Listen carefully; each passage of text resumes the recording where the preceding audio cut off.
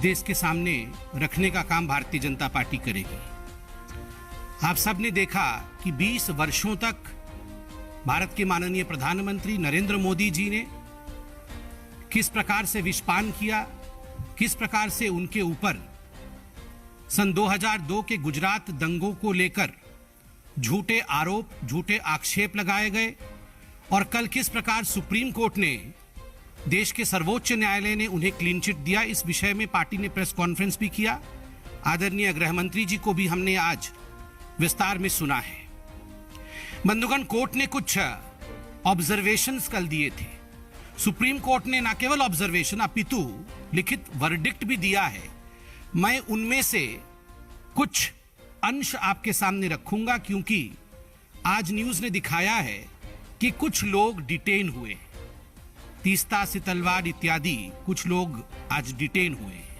वो क्यों डिटेन हुए हैं, उनके पीछे किस प्रकार का एक षड्यंत्र का जीवन उनका रहा है, ये सारे कच्चे चिट्ठे के साथ आज भारतीय जनता पार्टी अपने केस को रखेगी।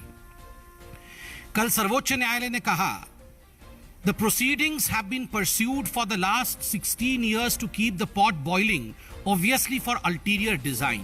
16 वर्षों से ये जो केस चल रहा था कहीं ना कहीं एक अल्टीरियर डिजाइन अर्थात षड्यंत्र के अंतर्गत चल रहा था और इस विषय को जीवित रखने के प्रयास से चल रहा था। कोर्ट ने आगे कहा, all those involved in such abuse of process need to be in the dock and proceeded with in accordance with law. Supreme court, सर्वोच्च न्यायालय ने स्पष्ट शब्दों में कहा है कि ऐसे तमाम लोग, जिन लोगों ने खिलवाड़ किया, जिन लोगों ने षड्यंत्र रचे, उनको भी कानून के मुताबिक न्यायालय के समक्ष आना होगा और कानून का सामना करना पड़ेगा। They have to be in the dock, अर्थात ऐसा नहीं है कि वो इतने वर्षों तक षड्यंत्र करते रहेंगे और बच के निकल जाएंगे। जो उन्होंने किया है उसका कर्मफल इस देश के कानून के हिसाब से उन्हें भी भुगतना पड़ेगा। तीसरा, सुप्रीम कोर्ट ने टिप्पणी किया है, it appears to us that coalesced effort of the disgruntled officials of the state of Gujarat along with others was to create sensation by making revelations which were false to their own knowledge. कुछ officials और कुछ others, Teesta से तलवार जैसे कुछ लोग और कुछ ऑफिशियल्स जो आज डिटेन हुए हैं, इन लोगों ने एक छद्म कहानी बनाई, एक फॉल्स नरेटिव बनाया, जानते हुए बनाया कि ये सारी चीजें झूठी हैं। तो ये सुप्रीम कोर्ट ने सख्त टिप्पणी की है। सुप्रीम कोर्ट ने बकायदा तीस्ता से तलवार का नाम भी लिया है अपने जजमेंट में और सुप्रीम कोर्ट ने वर्डिक्ट में लिखा है, मैं पढ़ता हूं, court, antecedents of Teesta Sitalwar need to be reckoned with, and also because she has been vindictively persecuting this list bracket में dispute for her ulterior design by exploiting the emotions and sentiments of Zakia Jafri, the real victim of circumstances. Supreme court ने कहा है कि तीस्ता सितलवाड़ के antecedents की जांच करनी होगी, पता लगाना होगा कि ये तीस्ता सितलवाड़ जिसने इस डिस्प्यूट को इतने लंबे खींचने की कोशिश की और जो विक्टिम थे उनके इमोशंस का प्रयोग करते हुए उसने अपने अल्टीरियर डिजाइन अर्थात अपने षड्यंत्र को उसने अंजाम दिया। तो तीस्ता सितलवाड़ के पीछे जो षड्यंत्र था, नीड टू बी रेकॉन्ड, उसका पता लगाना होगा। तो आज ये जो पता लगाने की प्रोसेस चल रही है, बहुत सारे प्रश्न ऐसे हैं जिनका आज देश के सामने हम जवाब रखना चाहेंगे। I have number of documents, समय कम है, मैं ये सारे डॉक्यूमेंट्स आपके सामने पढ़ नहीं सकता, मगर किस प्रकार से तीस्ता सितलवाड़ एंड कंपनी ने देश को बरगलाने का काम किया गुजरात के दंगों को लेकर, मैं कुछ उदाहरण रखूंगा।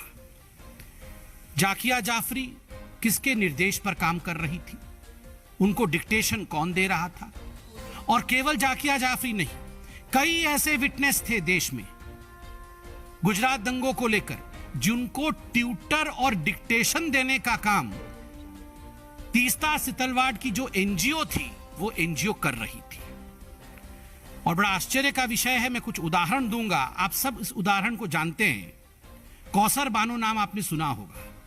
कौसर बानो वो महिला थी जो एक नरेटिव बनाया गया कि शी वॉज प्रेग्नेंट और छुरी से उनके गर्भ को काट करके बच्चे को मार दिया गया। और ये फैलाने का काम, इस नरेटिव को फैलाने का काम तीस्ता सितलवाड़ एंड कंपनी ने किया था। बाद में ये पोस्टमार्टम में मालूम पड़ा कि उनकी डेथ, कौसर बानो की डेथ जलने से हुई थी और ये पूरी की पूरी कहानी फर्जी थी।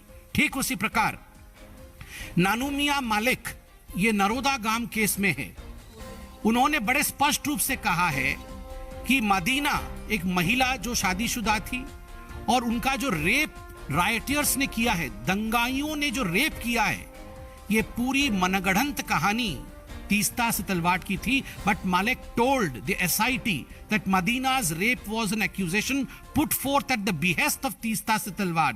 Madina has also denied the charge. ये एक लीडिंग अखबार ने और एक लीडिंग न्यूज एजेंसी ने छापा बाद में।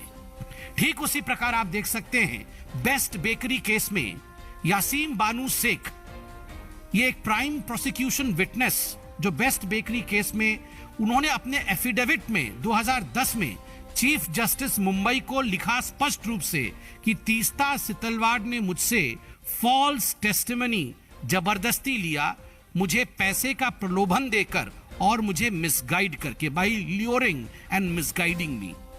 Teesta Setalvad made me give false testimony in the Best Bakery case, Yasmeen Bano Sheikh. आप सोचिए किस प्रकार से ये जो विटनेसेस थे उनको ट्यूशन करने का काम, उनसे झूठ बुलवाने का काम तीस्ता सितलवाड़ एंड कंपनी कर रही थी। ठीक उसी प्रकार श्री चेतन कुमार गौर जो वडोदरा के हैं, उन्होंने भी कंप्लेंट दिया है कि उनसे भी झूठ बुलाया गया।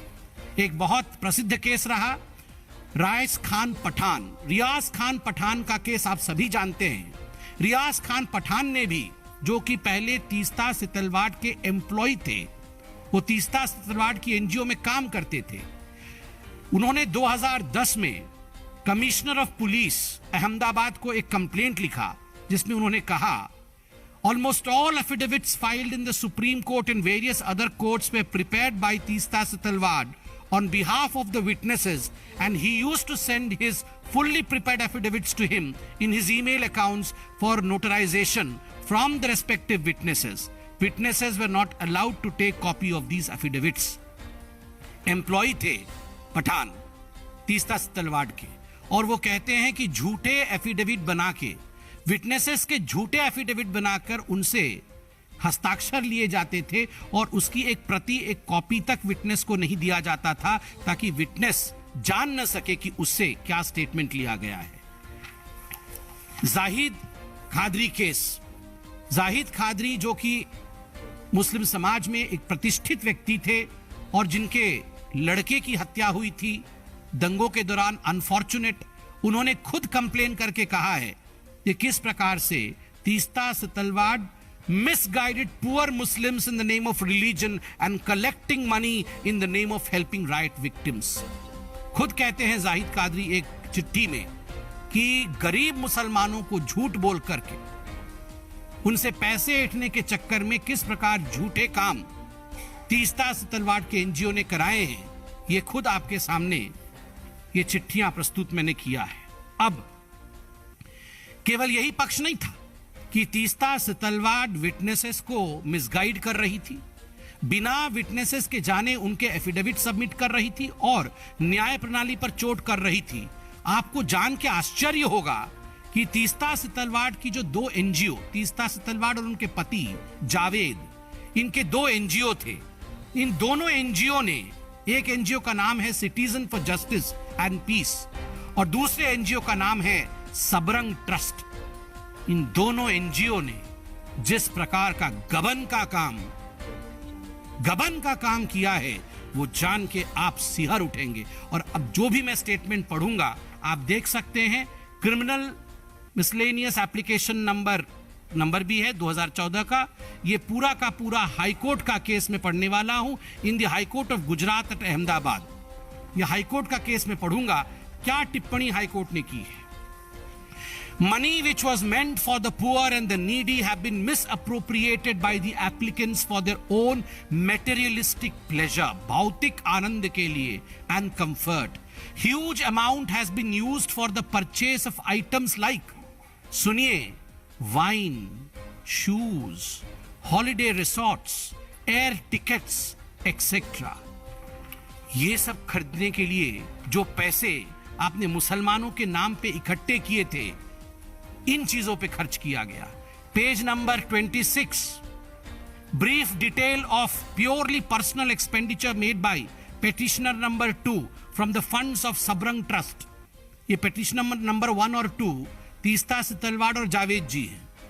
The data receive from the union bank of India shows that substantial amounts were spent by petitioner number 2 was towards shopping, entertainment, foreign goods purchase, domestic requirements and others, hair salon expenses, Mona Lucky stores, Reliance Fresh, beauty stores, cottage industries, Royal Fashion Corner, medicines, cakes, shoes from ये कौन सी company है, Vogel shoes Geneva, ये हम लोग भी नहीं जानते हैं.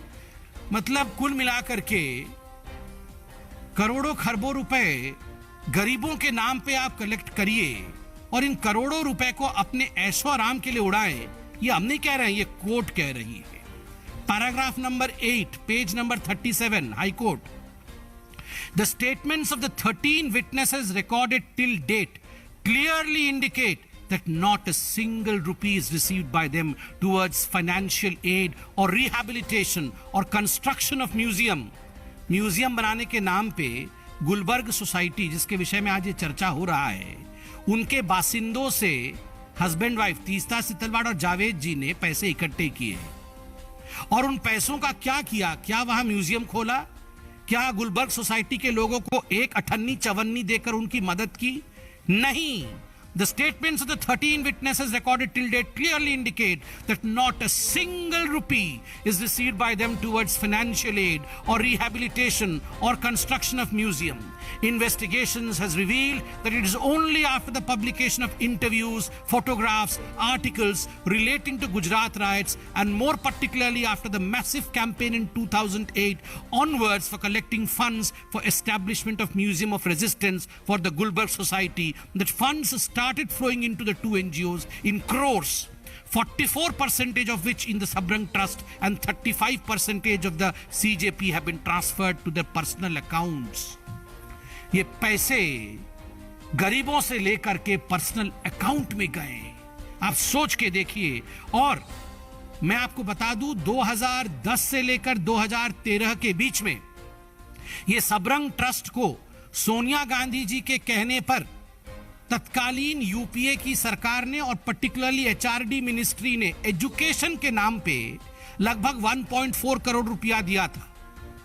और आपको जान के आश्चर्य होगा, एजुकेशन पे खर्चा करना था, मगर ये लगभग 1.5 करोड़ रुपए जो सोनिया गांधी जी के कहने पर दिया गया था तीस्ता सितलवाड़ को, तीस्ता सितलवाड़ ने पैम्पलेट, मोदी जी के खिलाफ पैम्पलेट बांटने में, हिंदुस्तान को बदनाम करने के लिए, वो भी सब मैं पढ़ूंगा अभी कि किस प्रकार पाकिस्तान गए हैं उस पैसों से, पाकिस्तान में जाकर वहां उन्होंने इंडिया के खिलाफ बदनामी का काम किया है, ये सब भी बताऊंगा. कोर्ट अंत में कहती है, आपको जान के आश्चर्य होगा, have gone through the materials on record. जज साहब कहते हैं, have gone through the materials on record. I have noticed something very shocking and at the same time extremely sad. मैं बहुत दुखी हूं, ये जज कहते हैं, बहुत shocked हूं. There are serious allegations against the applicants of misuse and misappropriation of huge amount received by them through various donors. The money which should have gone to the poor and the needy appears to have been prima facie misused for their personal pleasure and comfort. Although in the course of lengthy arguments, it was vehemently submitted that the applicants are ready and willing to cooperate with the investigation, yet I have noticed that there is no cooperation worth the name. It is only after the arguments, etc., etc.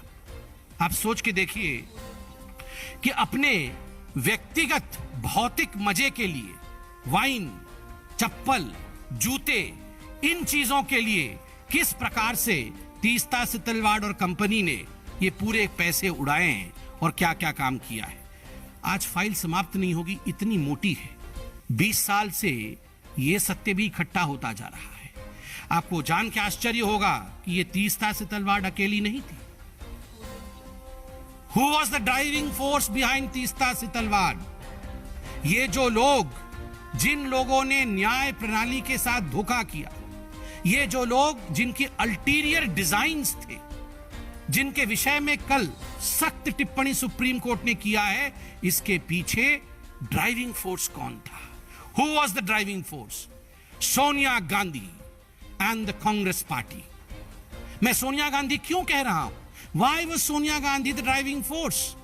आप सभी जानते हैं कि सोनिया गांधी जी की जो NAC थी, जो extra constitutional body जो सोनिया गांधी ने बनाया था, नेशनल एडवाइजरी काउंसिल, उसकी एक सदस्य तीस्ता सितलवाड़ भी थी। और बंधुगण, सोनिया गांधी जी ने तीस्ता सितलवाड़ जी से स्पेशल आग्रह किया था कि जो communal violence bill, prevention of communal and targeted violence, access to justice and reparations bill 2011, इसमें तीस्ता सितलवाड़ बढ़ चढ़ के भाग ले और उसको ड्राफ्ट करने में मदद करे। आपको क्या लगता है, ये करोड़ों रुपए का गबन, झूठ, फरेब, जब तक कि फर्स्ट फैमिली का सपोर्ट ना हो, जब तक कि सरकार का सपोर्ट ना हो, यह संभव था क्या? बिल्कुल नहीं। बंधुगण, आरबी श्री कुमार, पूर्व डीजी गुजरात के, उनका नाम भी आया है। आप सब जानते हैं, अभी चंद दिनों पहले सुप्रीम कोर्ट में एक बहुत महत्वपूर्ण केस चला जिसने हम सबको शर्मसार किया, इसरो के एस्पियोनाज केस के विषय में। एस नंबी नारायणन, बुजुर्ग हमारे साइंटिस्ट जिन्होंने देश के लिए काम किया, जिस प्रकार से उनके खिलाफ षड्यंत्र रच करके उन्हें फंसाने का और उन्हें मलाइन करने का काम आरबी शिव कुमार ने किया, सुप्रीम कोर्ट ने इसकी भी टिप्पणी की है। सुप्रीम कोर्ट ने आरबी शिव कुमार को भी अपने सामने प्रस्तुत होने के लिए बुलाया है। तो स्वाभाविक है, ये षड्यंत्र केवल गुजरात के खिलाफ नहीं, ये जो षड्यंत्रकारी थे, ये षड्यंत्रकारी भारत के हर फ्रंट में षड्यंत्र करने में व्यस्त थे। और आज अगर देश का सर्वोच्च न्यायालय सुप्रीम कोर्ट ने सख्ती के साथ कहा है कि they wanted to keep the pot boiling and they have to be brought to the dock, उन्हें भी सामने आना होगा और उन्हें भी इस न्याय चक्र को देखना होगा, उसका सामना करना होगा। इसलिए बंधुओं, अंत में सिर्फ इतना ही कहूंगा कि नरेंद्र मोदी जी के इतने बड़े पब्लिक लाइफ से, मोर देन 20 इयर्स जो पब्लिक लाइफ उनकी है, पूरे इस पब्लिक लाइफ में Narendra Modi ji was under scrutiny. फंसाने, डराने, धमकाने, झूठे एलिगेशंस में फंसाने की चेष्टा उन्हें की गई। एक पल भी प्रधानमंत्री नरेंद्र मोदी जी धैर्यच्युत नहीं हुए, कभी भी धीरज नहीं खोया हो। और he had complete faith in the system, judiciary में कंप्लीट फेथ दिखाया। कभी एक भारतीय जनता पार्टी के कार्यकर्ता को नहीं कहा कि एसआईटी के बाहर आके टायर जलाओ और यहां दंगा करो। ऑपोजिशन से आज यही गुजारिश है कि now it is your turn to face the truth, because remember, truth has this uncanny habit of showing up its head. कभी ना कभी सत्य सामने आकर ही रहता है। सत्य को छिपाया नहीं जा सकता, सत्य को मिटाया नहीं जा सकता, सत्य को डराया नहीं जा सकता। बहुत बहुत धन्यवाद।